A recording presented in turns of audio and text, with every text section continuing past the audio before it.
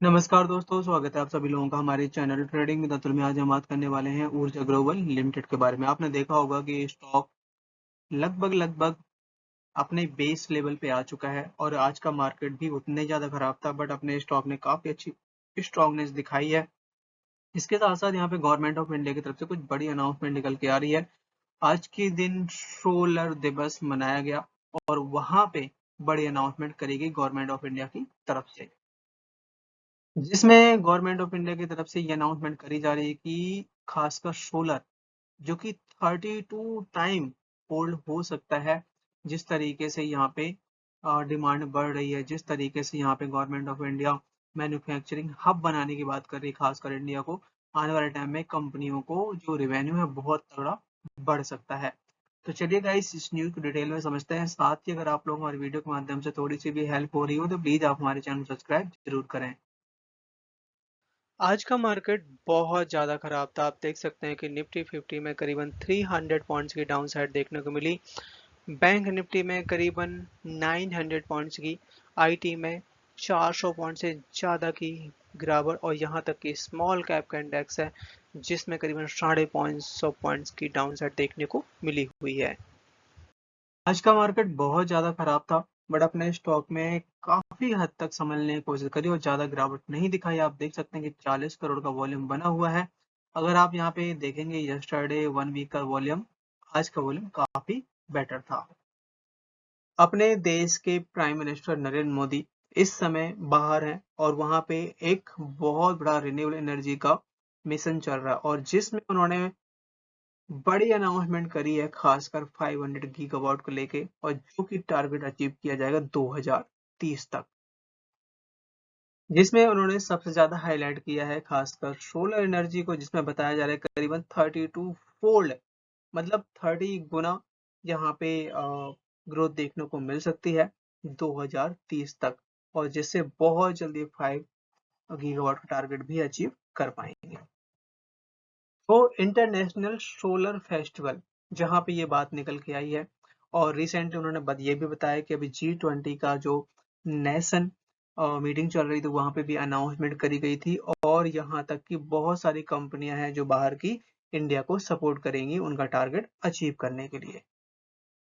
इसमें already government of India की तरफ से काफी अनाउंसमेंट भी आ चुकी हैं अपने इंडिया को मैन्युफैक्चरिंग हब बनाने का, खासकर रिन्यूएबल एनर्जी, टेलीकॉम सेक्टर, और उसके लिए करीबन 8 से 12 स्टेट को इंडस्ट्रियल भी घोषित कर दिया गया है, और जहाँ पे जमीन एक्वायर की गई है, जिससे ज्यादा से ज्यादा अगर अपने यहाँ पे मैन्युफैक्चरिंग होगी तो कॉस्ट कम आएगी और ज्यादा से ज्यादा कंपनियां ग्रो कर पाएंगी। तो आने वाले टाइम में सोलर, विंड या रिन्यूएबल एनर्जी बहुत अच्छा ग्रोथ दिखा सकती है।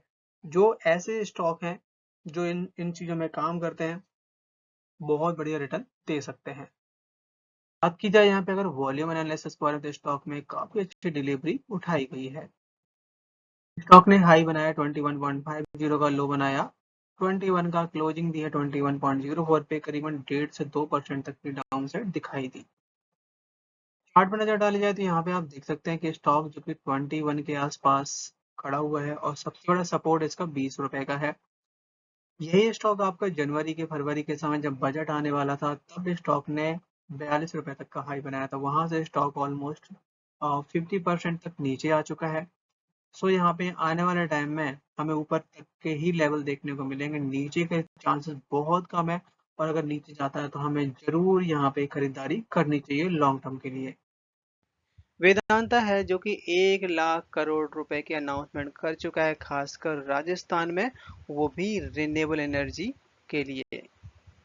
और अभी है जो कि कंपनी राजस्थान के जो सीएम है उनसे बात करते हुए देखे जा रहे हैं, और इनके लिए कहाँ पे क्या प्रोजेक्ट लगेगा, और अगर ये प्रोजेक्ट लगाते हैं तो विंड टरबाइन या सोलर पैनल का किसको ऑर्डर मिलेंगे, जिसमें अपने इंडियन कंपनी की फर्स्ट प्रेफरेंस रहने वाली है जो भी ऑर्डर मिलेंगे। जैसे कि अभी हम बात कर रहे थे कि एक नई रिसर्च हुई है और उस नई रिसर्च के जरिए बैटरी की कीमत कम होने वाली है। सो इसी रास्ते पे बहुत सारी कंपनियां हैं जो कि रिसर्च करने लगी हुई हैं, चाहे होंडा देख लो, चाहे आप कोई भी कंपनी देख लो जो बैटरी पे काम करती है। और बताया जा रहा है कि हर साल दर साल इनके जो प्राइस हैं 15% तक के आसपास गिरते हुए दिखाई देंगे। जिससे क्या होगा कि धीरे धीरे करके जो अपनी इंडिया में अभी सबसे ज़्यादा कोल बिजनेस बढ़ता हुआ दिखाई दे रहा है, क्योंकि इंडिया की पॉपुलेशन बढ़ रही है और उस पॉपुलेशन को इलेक्ट्रिसिटी देने के लिए कोल का यूज करना पड़ रहा है, क्योंकि बैटरी के प्राइस इतने ज़्यादा है वो अफोर्डेबल नहीं है। तो अगर यहाँ पे 15% धीरे धीरे करके रेट गिरते हैं तो आने वाले टाइम में 2032 तक काफ़ी अफोर्डेबल बनने वाली है बैटरी, और जिससे रिन्यूएबल एनर्जी की डिमांड पूरी कर पाएगी इंडिया की जो इलेक्ट्रिसिटी है, और उससे जो कोल बिजनेस है काफ़ी हद तक कम हो जाएगा। और गवर्नमेंट भी यही चाहती है, गवर्नमेंट ने टारगेट बनाई रखा है कि 2070 तक हमें 0% कार्बन अचीव करना है। और ये कोयले की डिमांड अभी इसलिए है क्योंकि सोलर और विंड के जो एक्टिविटी है, जो भी ये चलते हैं, खासकर कभी बारिश हो रही होती है तो कभी उतनी हवा नहीं होती है, जिससे उतनी इलेक्ट्रिसिटी जनरेट नहीं होती है, और कभी जनरेट होती भी है तो आपके पास स्टोरेज कैपेसिटी नहीं है। तो अभी इतना कारगर नहीं है जितना कि आने वाले टाइम में होगा, और इसके लिए भाई साहब बहुत सारे लोग यहाँ पे पैसा जबरदस्त तरीके से लगाते हुए देखे जा रहे हैं, खासकर बैटरी की रिसर्च में और बैटरी की डेवलपमेंट में। और बैटरी है लगभग लगभग 83% इलेक्ट्रिसिटी डिमांड, जो कि 2032 तक पूरी कर पाएगी। तो आप सोच सकते हैं कि लगभग 17% तक ही कोल बिजनेस का यहाँ पे रिक्वायरमेंट रहने वाली है, और यहाँ तक कि यहाँ पे पूरा तरीके से बता भी दिया गया है कि 50% है जो कि 2030 तक बैटरी की जो कॉस्ट है कम हो जाएगी।